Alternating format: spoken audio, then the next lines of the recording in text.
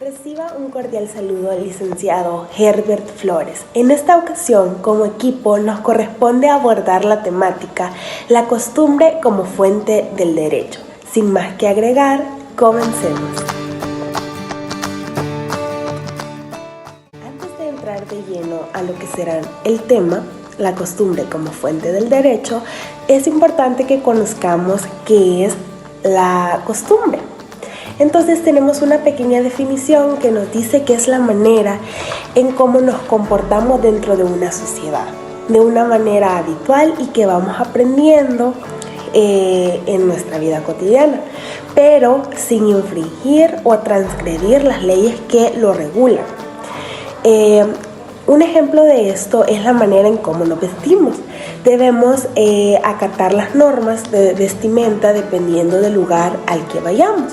No podemos ir en traje de baño a un banco o al lugar donde estudiamos. Debemos también comportarnos de acuerdo a las normas de los lugares donde estamos. Si nos piden que mantengamos apagados nuestros teléfonos, lo tenemos que hacer.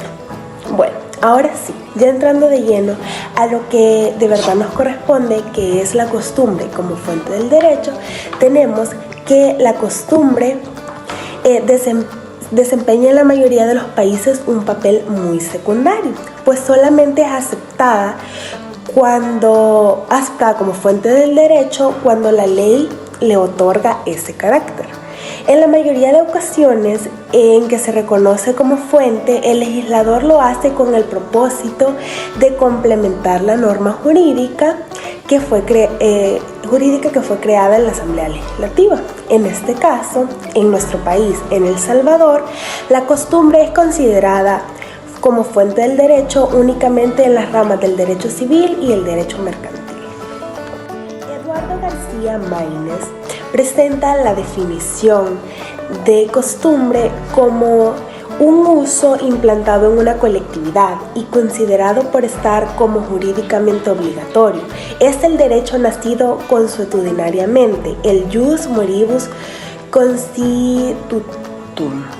Tenemos, por lo tanto, que se distingue el derecho consuetudinario o de la costumbre jurídica, que es el derecho que no está escrito, y el derecho legislado, que es el derecho promulgado o derecho de las leyes. La costumbre jurídica también es una de las fuentes formales del derecho, que si bien en las épocas primitivas era única y exclusiva, hoy en día con el predominio de la formulación legislativa del derecho ha pasado en general a un plano secundario, como ya les decía en la introducción. Por otro lado, tenemos a los elementos de la costumbre jurídica. Como número 1, tenemos al elemento material u objetivo, es decir, es la repetición constante de actos uniformes. Consiste en la práctica más o menos prolongada de un determinado proceder. Y el número 2, que es el elemento espiritual, psicológico o subjetivo, el cual nos quiere decir que es la conciencia de su obligatoriedad o convencimiento de que aquello que se hace debe hacerse porque es jurídicamente obligatorio. También tenemos a las características de la costumbre jurídica. La número 1 nos dice que surge espontáneamente de las necesidades de los individuos del grupo. La número 2 nos dice que es de formación lenta, pues debe manifestarse su aceptación y cumplimiento de periodos más o menos largos en tiempo. No tiene autor conocido. Surge de la colectividad y es reconocida como obligatoria por los miembros del mismo grupo, pero a diferencia de la ley, se desconoce quién la creó o generó. La número 4 nos dice que suele ser incierta o imprecisa debido a la falta de estructuralidad. No establece límites claros, por lo cual queda un poco vaga. La número 5 nos dice que es particularista, pues se refiere a casos y situaciones concretas, carece de la generalidad que es propia de las leyes. La número 6 nos dice que está integrada por un conjunto de reglas sociales derivadas de un uso más o menos largo. La número 7 nos dice que las costumbres se transforman en derecho positivo cuando los individuos que las practican les reconocen obligatoriedad como si se tratase de una ley. La número 8 nos dice que es fuente supletoria y solo rige en defecto de la ley, cuando ésta así lo ha dispuesto. La número 9 nos dice que debe alegarse y probarse. Y la número 10, la última, pero no menos importante, nos dice que existe tanto en derecho interno como en derecho internacional, donde tiene una especial importancia. Continuando con el tema, mencionaremos las ramas de las costumbres del derecho. Como número 1 tenemos el derecho civil. ¿Qué es el derecho civil? El derecho civil es el conjunto de normas que regulan las relaciones privadas de los ciudadanos de un estado. Estas normas establecen un marco normativo para las relaciones familiares, derechos de las personas, obligaciones, contratos o derechos sobre otras cosas, entre otros. Y en el derecho civil, los protagonistas que están de la mano con él son el Código Civil y el Código Penal. Según el Código Civil, la costumbre solo se rige en defecto de ley y requiere que pueda probarse y no debe contradecir ni la moral ni el orden público. Lo que debe entenderse como el orden constitucional. De conformidad con el Código Civil, puede caracterizarse la costumbre como es una fuente independiente del derecho. Esto es porque nace y se desarrolla al margen de la ley. También es una fuente subsidiaria, ya que es aplicable con carácter supletorio ante la falta de regulación legal. También es una fuente limitada porque ciñe su aplicación a los usos locales y no existiendo ninguna costumbre que pueda ser considerada general en un ámbito territorial extenso, como por ejemplo un estado. El Código Penal.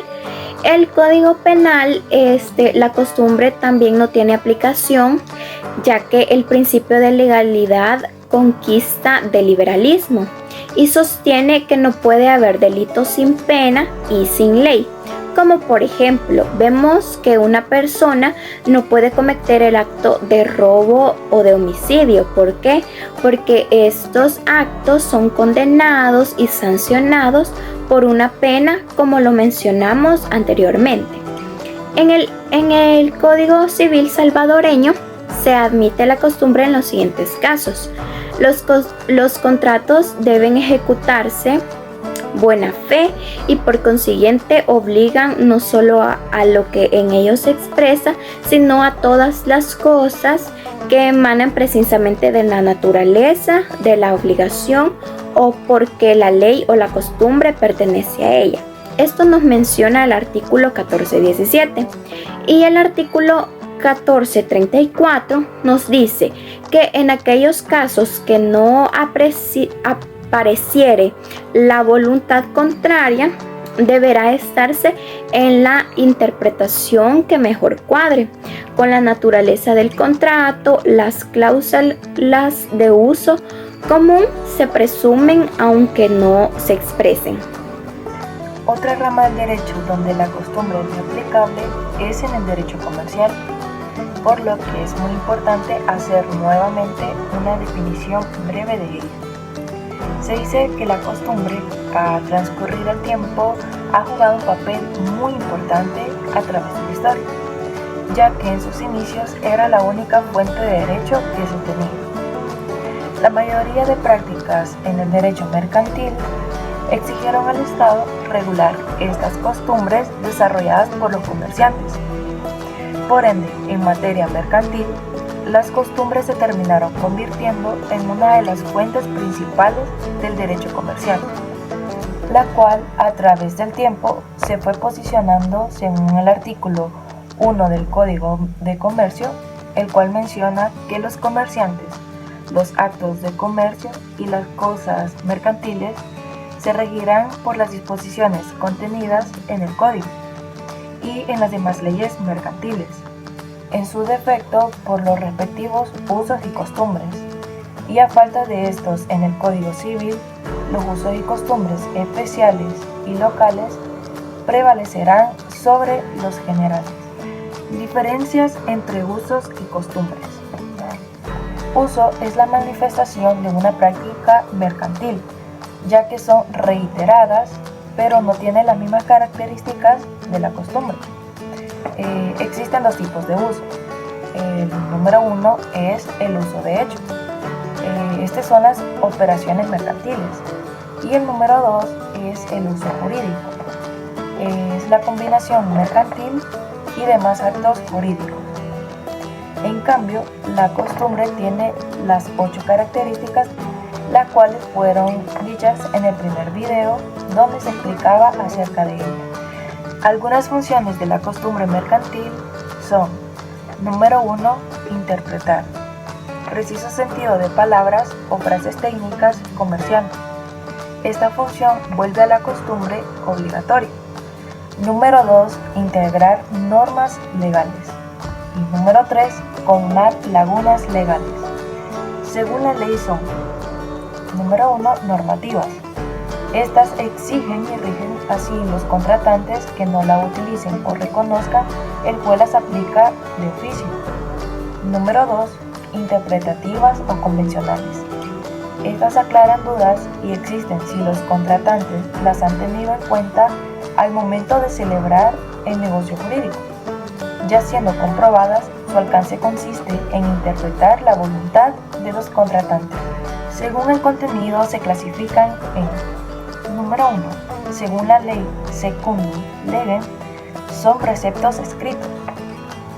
Número 2, más allá de la ley, prider legem, llena lagunas legislativas. Y por último, contrarias a la ley, contra legem, no se acepta por ser contraria a la ley. La costumbre mercantil, como fuente del derecho, ha permitido a lo largo de la historia el desarrollo jurídico normativo de los diferentes ordenamientos jurídicos, en consideración a la relación intrínseca con la realidad social, económica, religiosa y política, sobre la que se termina estructurando los sistemas normativos como regulador de conducta humana. Innegable es entonces el papel fundamental de la costumbre para el desarrollo normativo, y más innegable resulta la importancia en materia comercial, pues es el resultado de actuar de los comerciantes, el cual va de la mano con el desarrollo económico de los países. Para conocer la diferencia entre la common law y la costumbre jurídica, primero hay que saber el origen de la common law, porque es en inglés y del estado que proviene, por lo que su origen histórico tiene lugar a partir de la invasión de Inglaterra normanda, la cual fue la conquista y ocupación de Inglaterra en el año 1066, por un ejército formado por normandos, bretones, flamencos y franceses, liderados por el duque Guillermo II de Normandía, también mejor conocido como Guillermo el Conquistador. Por lo que, mediante lo mencionado anteriormente, ahora sí, que es la common law. La common law o el derecho anglosajón es el sistema jurídico vigente en Inglaterra y en la mayoría de los países que pertenecen a la tradición anglosajona, del cual también, como por ejemplo, se puede derivar Canadá. Como vimos anteriormente, tuvo su origen tras la conquista normanda, de donde surge el nombre o término common o común en español. Es porque se convirtió en el derecho adoptado por la mayoría del reino, el cual fue regido por los tribunales del rey, que seguían un mismo conjunto de principios y reglas jurídicas. Siendo más específicos, el derecho anglosajón se refiere a un sistema legal basado en las decisiones que se realizan por los tribunales, es decir, los jueces dictaminan sus decisiones con base a los principios o costumbres y jurisprudencia. Por lo que es importante identificar las principales características de este sistema de derecho, las cuales tienen mucho contraste con la costumbre jurídica, las cuales serán vistas más adelante. Por lo que el derecho anglosajón está conformado por las siguientes características. Como número 1, no siempre existen leyes escritas y no promulgadas o sancionadas. Como número 2, se fundamenta en el derecho de carácter eminente jurisprudencial. Como número 3, las decisiones judiciales son forzosas. Como número 4, las decisiones tomadas en el tribunal pueden ser anuladas únicamente por el mismo tribunal o a través de la legislación. Y como quinta y última, generalmente todo está permitido si no está prohibido por la ley. A continuación se verá lo que es la costumbre jurídica y se captarán completamente las diferencias entre estas dos. Diferencia entre common law y costumbre jurídica. ¿Qué es costumbre jurídica? Es el conjunto de normas de las leyes en las que se atienen los ciudadanos de un país o una nación dentro del marco legal de un estado. También se trata de un derecho no escrito, a una diferencia de las leyes regulares que componen el ordenamiento jurídico. Elementos de la costumbre jurídica. Existen dos elementos que son objetivo y subjetivo. ¿De qué trata el elemento objetivo? Se puede verificar como fácilmente mediante los sentidos. Se refiere a conductas generalizadas que se llevan a cabo de forma constante una y otra vez durante un periodo de tiempo largo. ¿Qué es el elemento subjetivo? Se trata de la asunción por parte de la mayoría de los miembros de una sociedad que es preciso actuar de una forma determinada según una obligación jurídica, y que si no se realiza este comportamiento pueden ser sancionados jurídicamente. Características de la costumbre jurídica. Sus características son que poseen un carácter espontáneo, lentos procesos de información, sin autor específico ni determinado, tiene respaldo estatal como jurisprudencia caso por caso, tiene también impresión, pues no identifica el supuesto o consecuencia. Un ejemplo de la vida cotidiana puede ser que respeta la vida de otras personas y no atentar contra la misma. Otra puede ser que la obligación de los padres es velar por la salud física y mental de sus hijos. Y como última, participar u organizar peleas de perros. Son normalmente clandestinas e ilegales debido a que implican un maltrato de los animales.